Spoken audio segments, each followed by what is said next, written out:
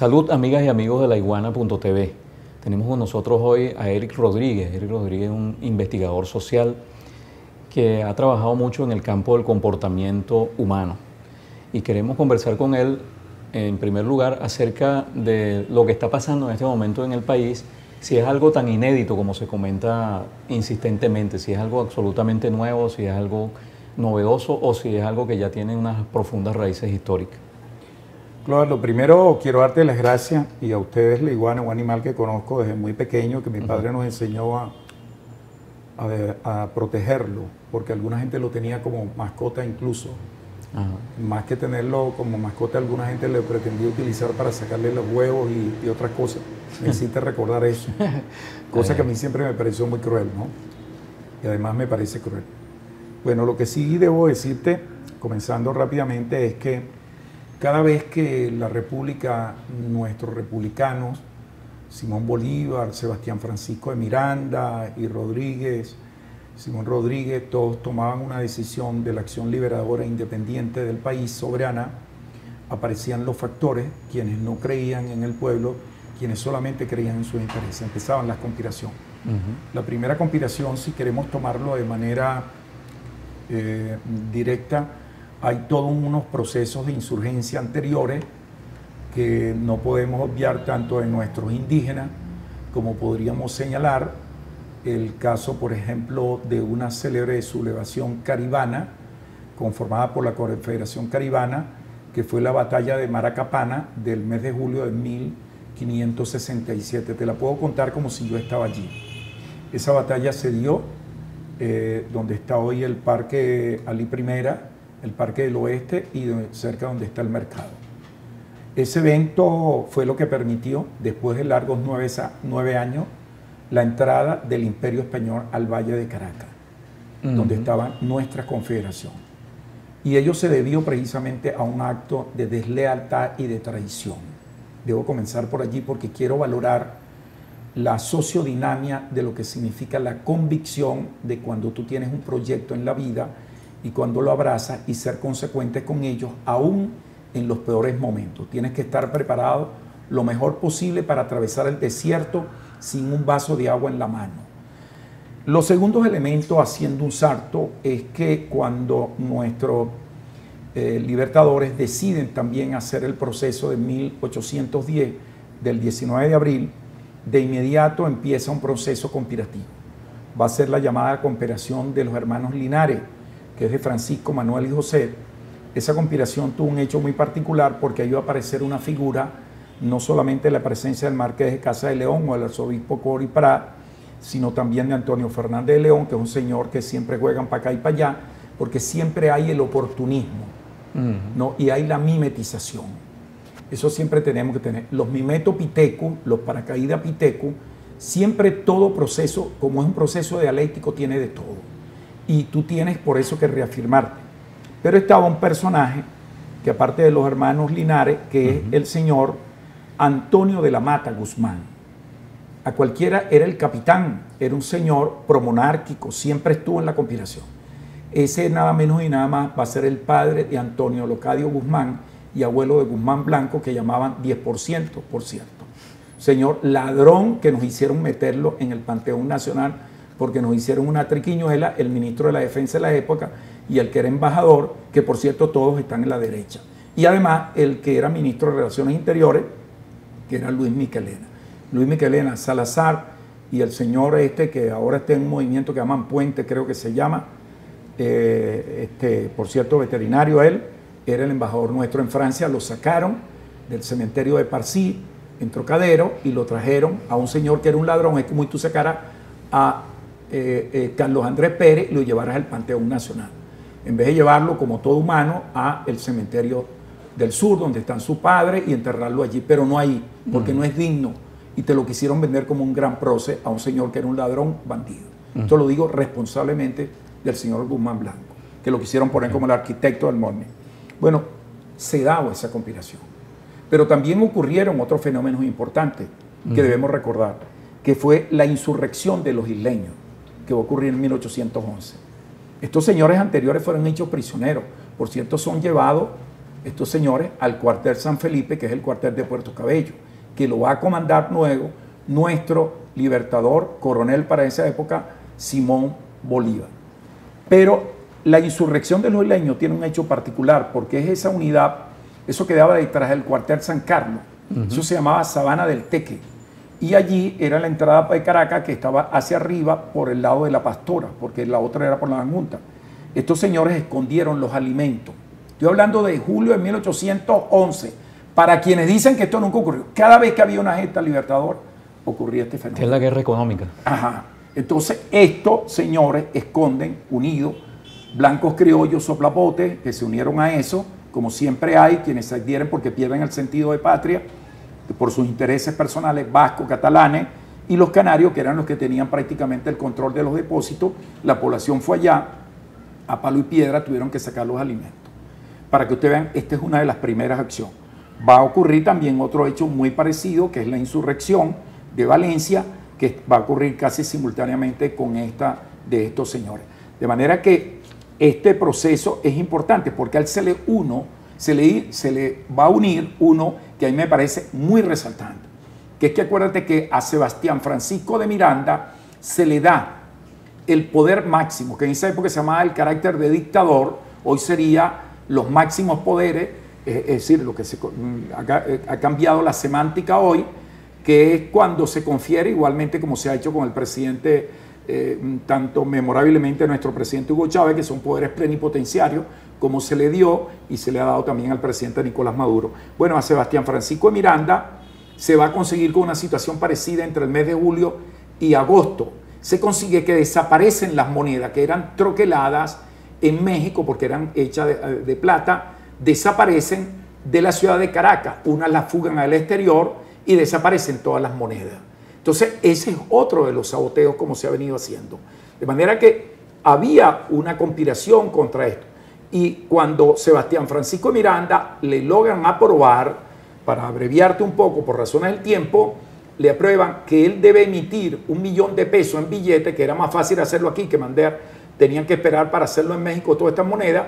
Resulta ser que de inmediato va a ocurrir un proceso inflacionario.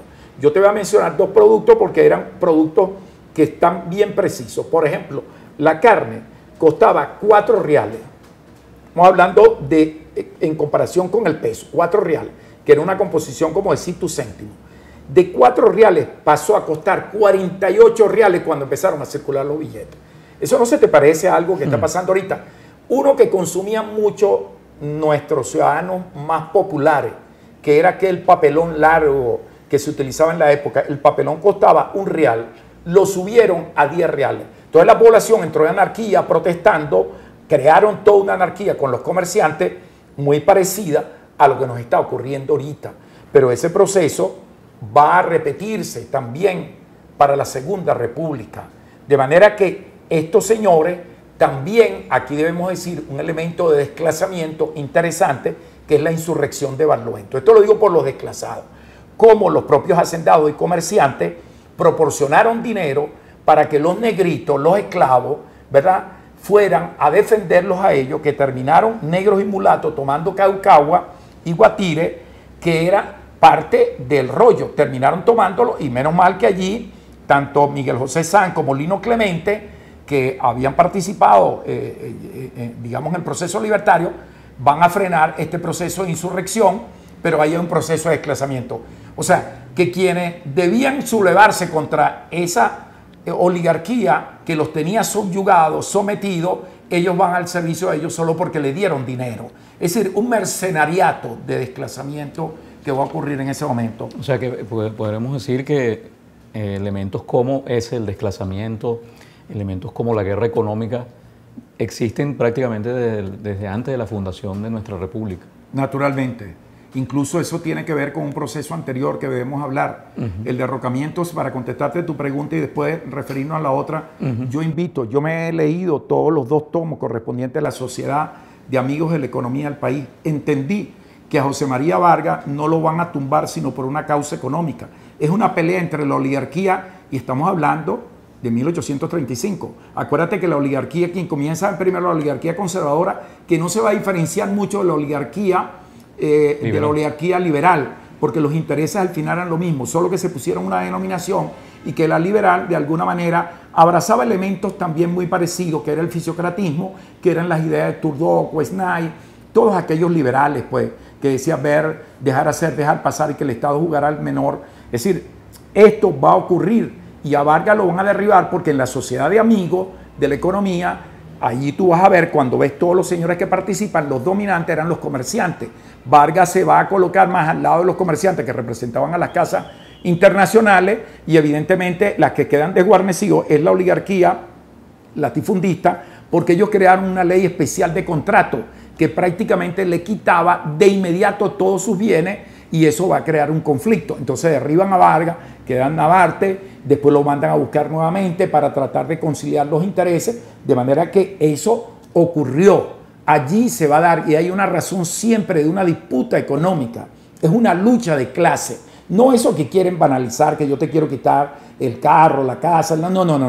Una lucha de los intereses dominantes, que eran las casas comerciales, que tenían sus representantes aquí en Venezuela, bien de Hamburgo, bien de Dinamarca, bien de Francia, todos esos señores que estaban aquí y aplicaron eso. Incluso con la Segunda República, para concluirte, esta parte va a ocurrir un fenómeno bien interesante, que es que a instancia del propio Simón Bolívar, de nuestro libertador, en el Cabildo de Caracas, él recurre y le pide que emita una orden para poder revisar las haciendas y revisar las pulperías de la época y las panaderías, porque resulta que escondieron los productos.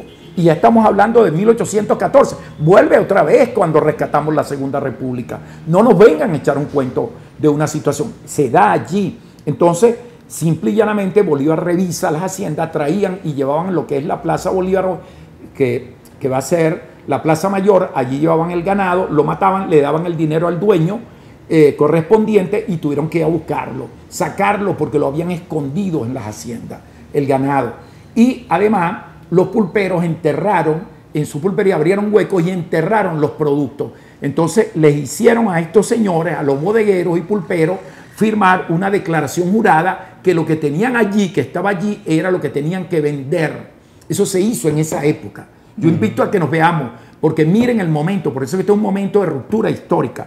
Y las panaderías alteraron los pesos y los precios correspondientes. De manera que pareciera que estamos en 1814 y pareciera que tú fueras Sebastián Francisco de Miranda y ahí me tocará el papel de alguno de estos otros de la pardocracia que acompañaba hoy en Salia o cualquiera de ellos.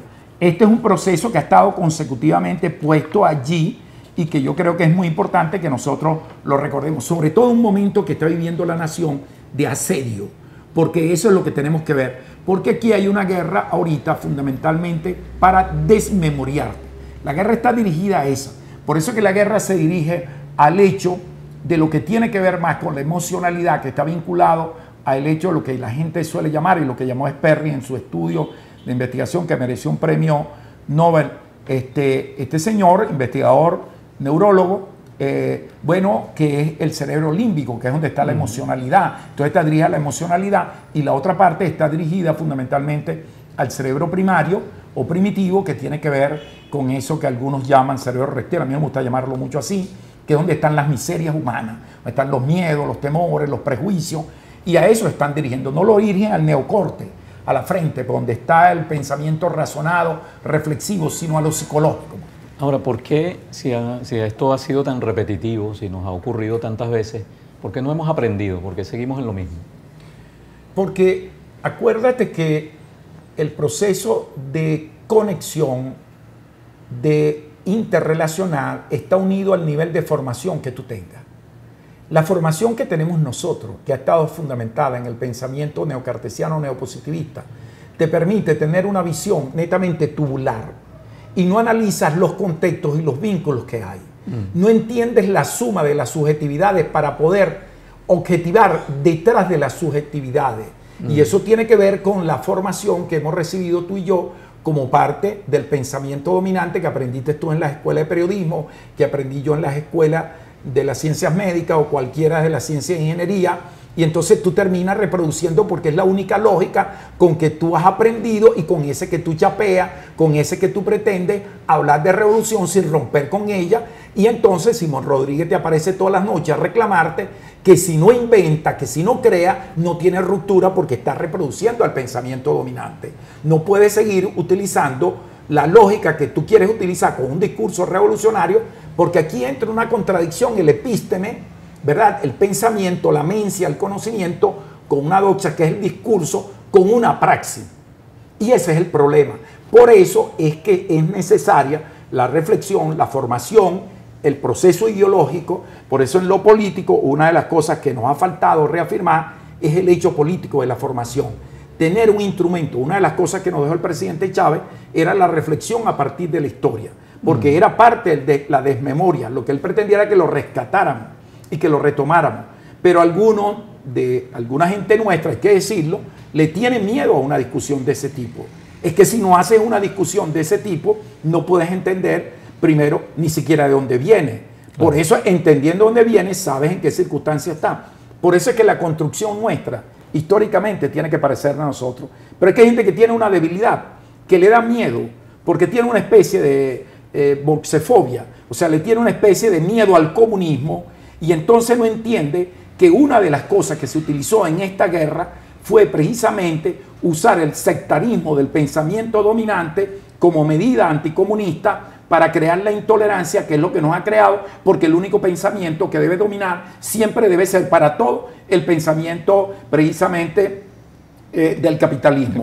Y entonces hemos visto que la sociedad, por el contrario, cada día van más inequidades, exclusiones. Entonces hay otras opciones y tenemos que buscarla. Entonces, por eso es que históricamente lo que nosotros construyamos aquí, llámese comunismo, socialismo, humanismo, como tú lo quieras llamar, chavismo, bolivarianismo, tiene que parecerse históricamente a nosotros para que tenga sustentabilidad y en el tiempo pueda tener sostenibilidad en un proceso de perfección permanente. Ahora, en el año 2002, usted estuvo en un grupo de estudiosos de la conducta humana, de la mente humana. Sí, cómo no. Que trabajó con un concepto que se hizo como muy popular, que fue el concepto de la disociación psicótica, ¿no? Y allí se le daba mucho relieve al papel de los medios de comunicación social, ¿no? Y que fue clave en ese periodo del año 2001, 2002, 2003. Ha habido un cambio en los medios convencionales, en la estructura de poder de la televisión, de la prensa, en las líneas editoriales, sobre todo de estos medios, pero ahora han surgido las redes sociales. Se pudiera decir que las redes sociales son en la actualidad, digamos, el fundamento de la disociación psicótica, si es que eso sigue existiendo. No, ha sido un elemento para contestar que ha potenciado eso. La disociación psicótica es una categoría sociológica y que es un elemento que en lo psicosocial tú tienes que darle mucha relevancia en la sociedad para que nosotros podamos entender los momentos en los cuales estamos viviendo. Había que crear para identificar el fenómeno y me tocó pues a mí naturalmente darle esa denominación de disociación psicótica porque implicaba una dualidad y una pérdida de no comprender la realidad real, sino la realidad que te habían pintado bajo el viejo sueño americano que entró en Venezuela a través de los 89 campos petroleros y que fue parte de la estrategia que se hizo el señor Nelson Rockefeller a partir del acuerdo del 6 de noviembre de 1939. Y por eso yo siempre recurro al hecho del antecedente, porque uno es una formación, uno es una consecuencia. Y allí, luego en el año 43, se estableció el modelo de industria, por lo tanto se reafirmó el modelo de consumo. Y el primer tienda por departamento la van a crear en Maracaibo, en la avenida Las Delicias de Maracaibo. Allí van a poner la primera tienda por departamento, ensayan y él descubre a través de sus empresas, IBET, que es la que él crea, se da cuenta y va estableciendo una forma de consumo. Luego él llegan unos convenios con unas tiendas llamadas CIAR, que las van a ubicar estratégicamente en Puerto La Cruz, Maracaibo, Caracas, Valencia, para que allí los trabajadores fueran. Entonces, la estructura misma social que se da en los campos petroleros, el de los obreros, el de los intermedios y el máximo, que era donde estaban los gringos, eso que él tenía para jugar golf, para jugar tenis, entonces era el sueño americano, allí estaba el máximo. Entonces, todo trabajador que estaba aquí quería llegar allá No te olvides que eso es un proceso de socialización. Sí, naturalmente que la disociación psicótica expresa la intolerancia, el sectarismo, el odio, la realidad deformada, es eso, el resentimiento social, y refleja una conducta dual que se toma en grupo. Es decir, tú ves a un ciudadano normal en su casa, tú lo saludas mientras él está por ahí tranquilo, pero cuando él se une, que es lo que se llama conducta de manada, no conducta de colmena. La colmena está estructurada socialmente, cada quien tiene un trabajo, pero en la conducta de manada él toma fuerza y aparece evidentemente las miserias humanas, su resentimiento. Entonces ahí aparecieron elementos derivados. Nosotros quisimos categorizar porque deben ser objeto de seguir profundizando el estudio. Nosotros lo hemos seguido, nosotros estudiamos la cola, el fenómeno, por ejemplo, de la cola, que se llamó un estado, pues, que era un estado displacentero, que lo sigue siendo. Nosotros hemos perdido precisamente la batalla, debo decirlo así, en la cola. Lo hemos ganado en el reabastecimiento, pero lo hemos perdido en la cola, porque quizás nos hemos quedado en el modelo económico que nos impusieron, porque ellos son los que controlan la cadena de comercialización y de producción, y te la distorsiona, creándote fallos intermitentes, reposiciones incompletas, fallos zonales o simplificación de los productos, especialmente de los productos esenciales y prioritarios, y no de los complementarios, que tú siempre lo ves, el refresco, la cerveza, y ves cosas como los yogures y no consigues leche.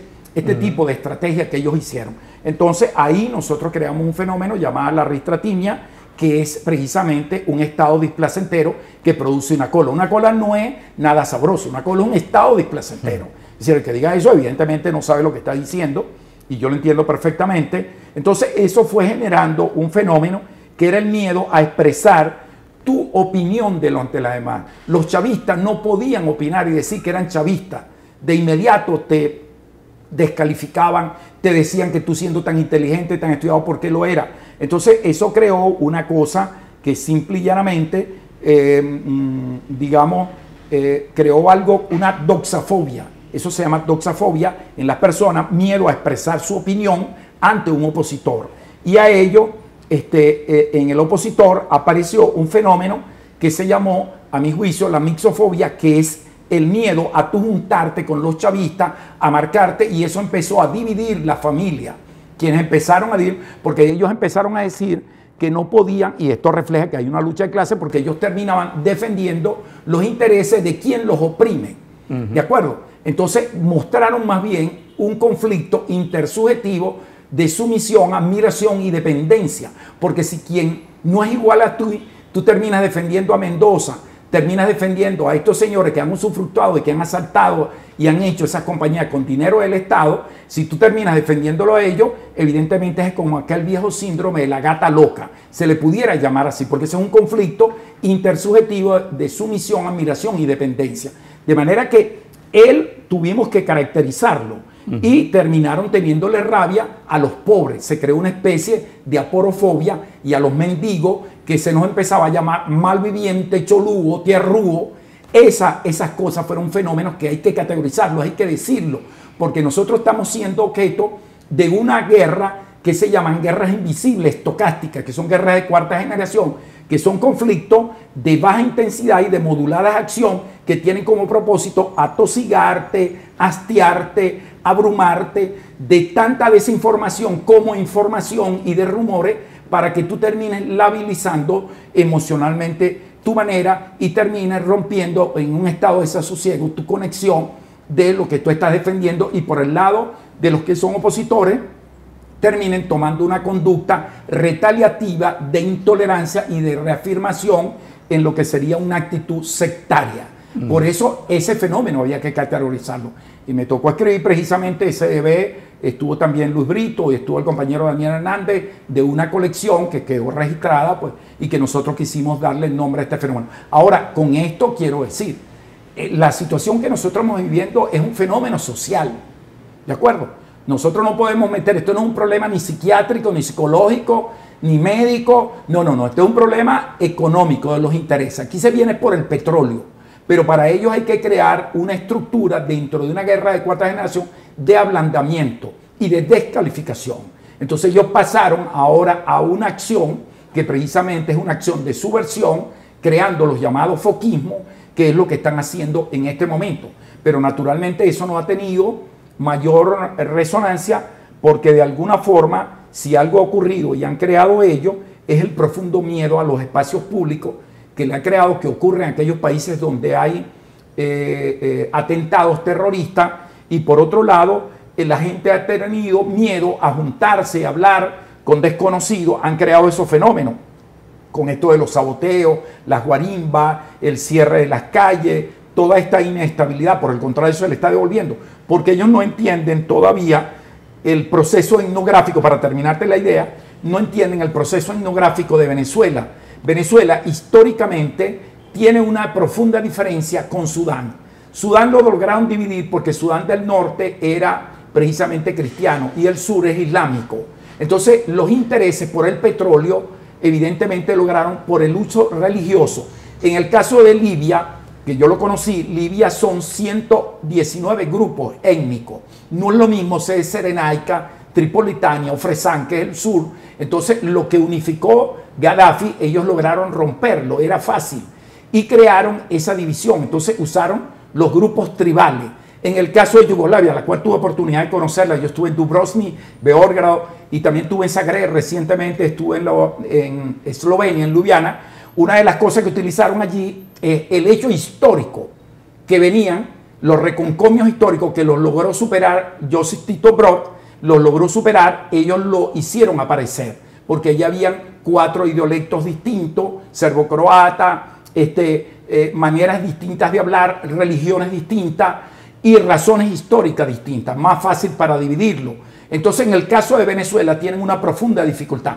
Aquí hay un factor unificador, que es el hecho histórico de que es el único ejército a la cabeza con un hombre que, sin ser lo que ellos quieren vender ahora, civilista, porque ellos quieren vender que son las personas que no fueron militares, es que Bolívar era la totalidad como nuestro. Ellos, todos nuestros intelectuales, eran gente que fueron a la guerra, que se comprometieron con la guerra, no que fueron a vivir de la guerra. No, si precisamente los que fueron a vivir de la guerra terminaron dividiendo el país con la célebre revolución y la conspiración de los morrocoyes, que es la que van a llamar la Cociata de 1824. De manera que aquí hay una distinción, porque además todos hablamos castellano, con variaciones de dialecto, si eres oriental, o eres andino, o eres llanero. El llanero habla colálico, el oriental habla con langacismo, sustituye la L por la R, o el maracucho habla nasolálico, pero al fin y al cabo todos hablamos castellano, porque nosotros hablamos castellano.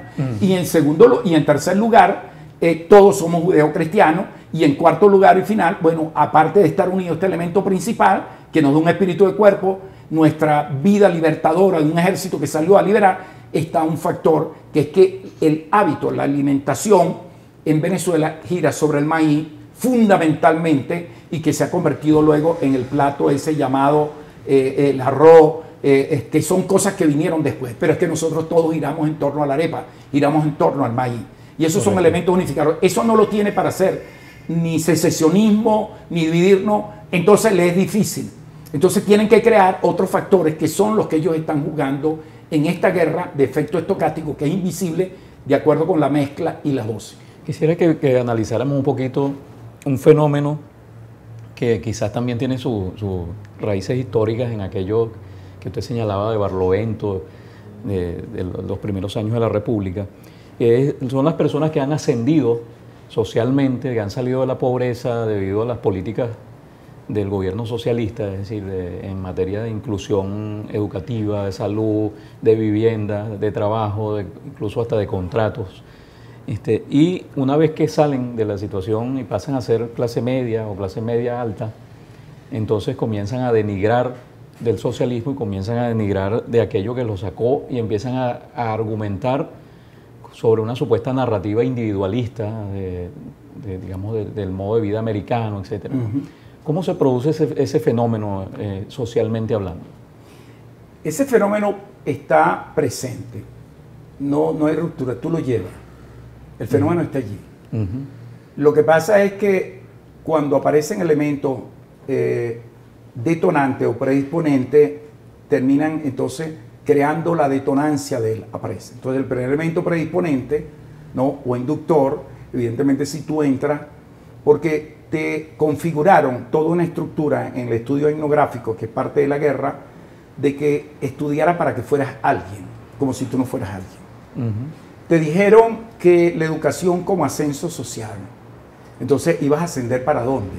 Que tú te preguntabas. Entonces la gente se metió una idea que estudiando, él conseguía el viejo sueño americano que te vendieron aquí, que era tener una casa, tener un carro, ¿verdad? Y viajar y todo esto. Sí, pero eso lo hicieron algunos sectores. Si no, no se explica, simple y llanamente, porque es importante siempre recurrir, porque esta es una guerra de desmemoria, especialmente de la memoria episódica, que es lo que estamos hablando, que está referida a hechos, y tú no recuerdas, por ejemplo, que Rodolfo Quintero en el año 67, en el 4º tomo, son 8 tomos, recordando a Caracas en sus 400 años, él señala las tendencias, no te lo voy a hacer muy largo, de continuar la situación de exclusión y no reparto del ingreso petrolero, iba a crecer la pobreza. Carlos Andrés Pérez, que Dios lo tenga en la gloria, trajo al señor belga canadiense, al profesor que tuvimos oportunidad de conocerlo, Michel Chossudovsky. Michel Chossudovsky es un estudio de la línea de la pobreza entre el 74 y el 79 y que reafirmó lo dicho por Rodolfo Quintero. Y después hace un estudio Cordiplan el año 88 sobre el método también línea de la pobreza. Se va a hacer un estudio luego de los 6 y el 90 y funda Credesa entre el 95 y 98, con que es que conseguimos el país. Yo invito a que se lo lean, pues para Funda Credesa estaba el hermano, el maestro y amigo, yo lo considero y lo respetaba mucho, Hernán Méndez Castellano, hoy fallecido, y Grafa, hacen un estudio de estratificación social y revelan que solo el 17% representaba esa mal denominada clase partida por la mitad, denominada clase media, con una pérdida del poder adquisitivo de casi el 35%, o sea que estaba arañando para no entrar en el nivel de pobreza relativa, porque más abajo estaba la pobreza crítica que representaba el 26 punto y pico y esta representaba el 50, la pobreza relativa. Entonces, por el contrario, la no equidad, la no inclusión, la no enfrentar la situación de inequidades dentro del país fue llevando a un nivel de pobreza. ¿Qué es lo que ocurre entonces con algunos? El pensamiento, por eso es que es muy importante la reflexión ideológica.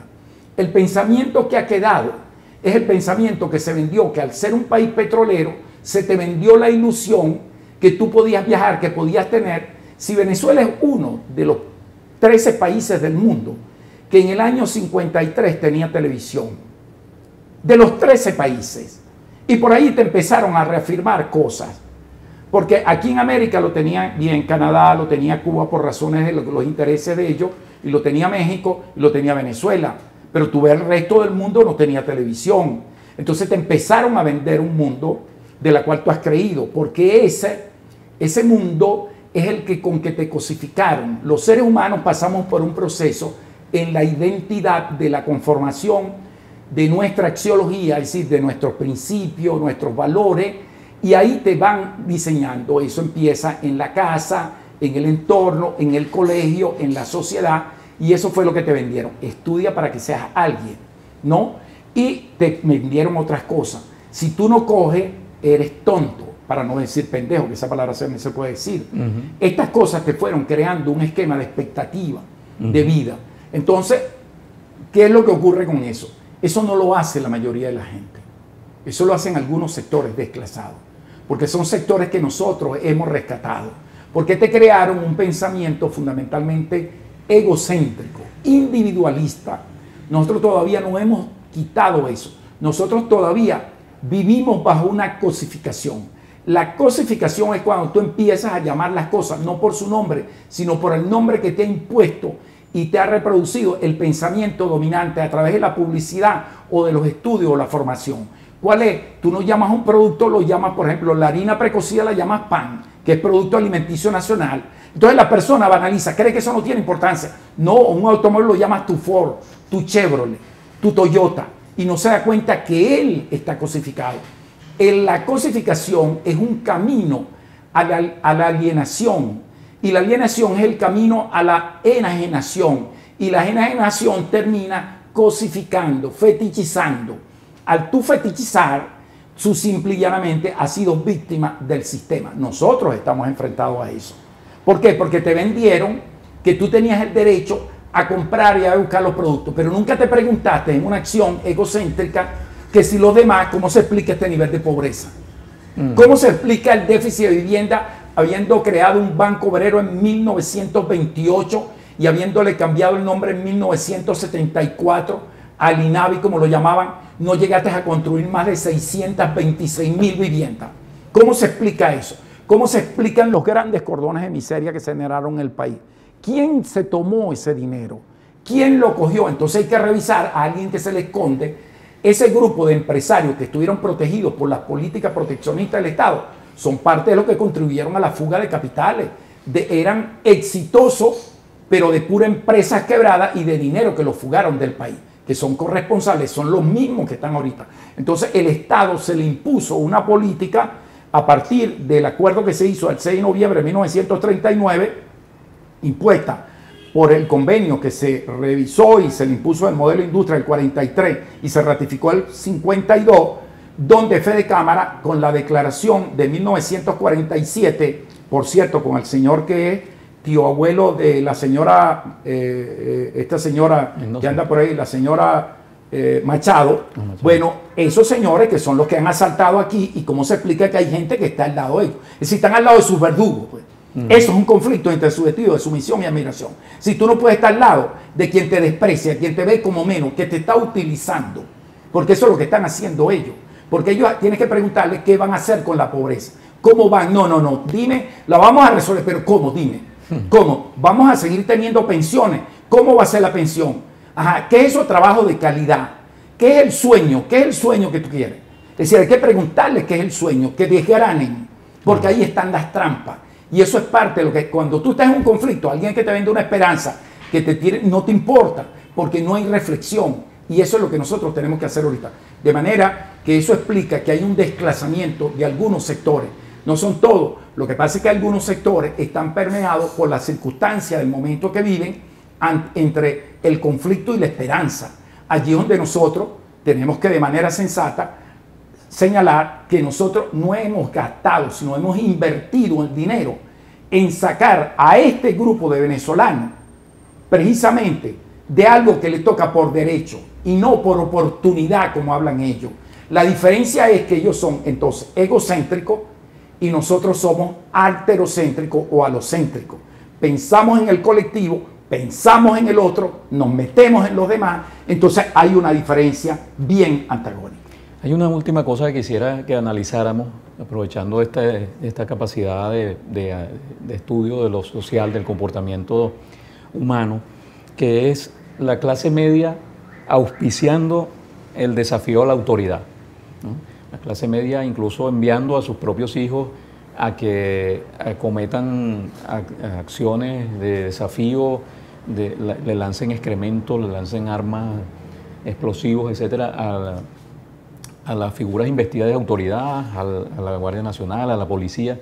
¿Cómo se puede, puede haber consecuencias de esto luego en la autoridad familiar, en la autoridad escolar, en la autoridad laboral? ¿Pudiera presentarse en el futuro una situación de rebeldía sin causa, pudiéramos llamarlo así, en esta generación que ha sido creada y criada bajo estos parámetros?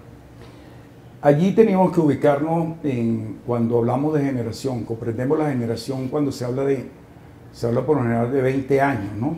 Pero entonces tendríamos que ubicarnos a partir del año 2001, un niño que tenía 13 a 11 años, si queremos ubicarlo, ahorita debe estar entre 19 y 27 años.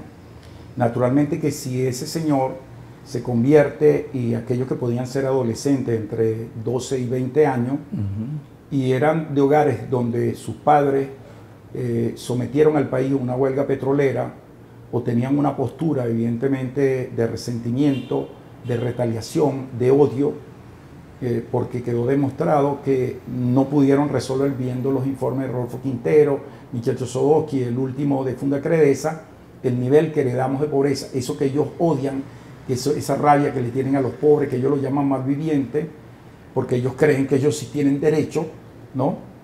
Bueno, esto de alguna forma, acuérdate que la rabia, el odio, es un proceso que se socializa, se aprende. Tú aprendes a comer, aprendes a vestirte, aprendes a amar. Nadie nace con violencia. La violencia es un proceso de formación. Si a ti, como es un proceso de aprendizaje, te enseñaron, te va desensibilizando, terminan desinhibiendo. Lo que ellos hicieron fue, primero, los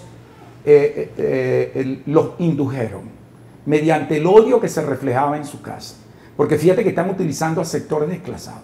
Aquí ha aparecido la figura, evidentemente, del llamado al que le pagan por ir a los eventos, ¿verdad? Que es una figura que han agarrado, han buscado muchachos, lo hemos visto cada vez que cuando lo presentan o lo agarran, son un desclasamiento, que es el mercenariato. Eso es una de las recomendaciones que ellos han puesto en la guerra y lo han venido utilizando. Porque al principio bien salían unos estudiantes, después esos estudiantes quieren graduarse. Además están en universidades privadas donde no le van a devolver el dinero, lo van a seguir cobrando. Esto es una realidad. El otro fenómeno es de quienes están en una actitud retaliativa. La actitud retaliativa de odio, eso va a requerir, como es un fenómeno de salud pública, va a requerir de unas consideraciones. Por eso es que nosotros estamos obligados a desmitificar la guerra para poder abrazar la paz y garantizar la victoria. Yo creo que seguir manejando esto con la manera como se ha hecho, más otros elementos que se puede agregar, es lo correcto. Hay que tener entonces mucha paciencia. Lamentablemente esos sectores van a aumentar mucho más su frustración y su odio. Acuérdate que el fenómeno de una neurosis, si se repite y no consigue una respuesta, termina convirtiéndose evidentemente en una frustración, y esa frustración termina arrastrándote un odio y por lo tanto va a crecer. De manera que ahorita se van a ver que fueron engañados porque los llamaron al plantón, al curbón, el bailador, los han llamado el arrastrón, al cielón, le han puesto todos los nombres habidos y por haber, y bueno, simple y llanamente ellos mismos han tenido que provocar hasta desgracia para poder victimizarse y poder aparecer. Bueno, le damos las gracias al doctor Eric Rodríguez, investigador social, profesor universitario, por haber estado con nosotros, y a ustedes, amigas y amigos de La Iguana TV, hasta la próxima vez.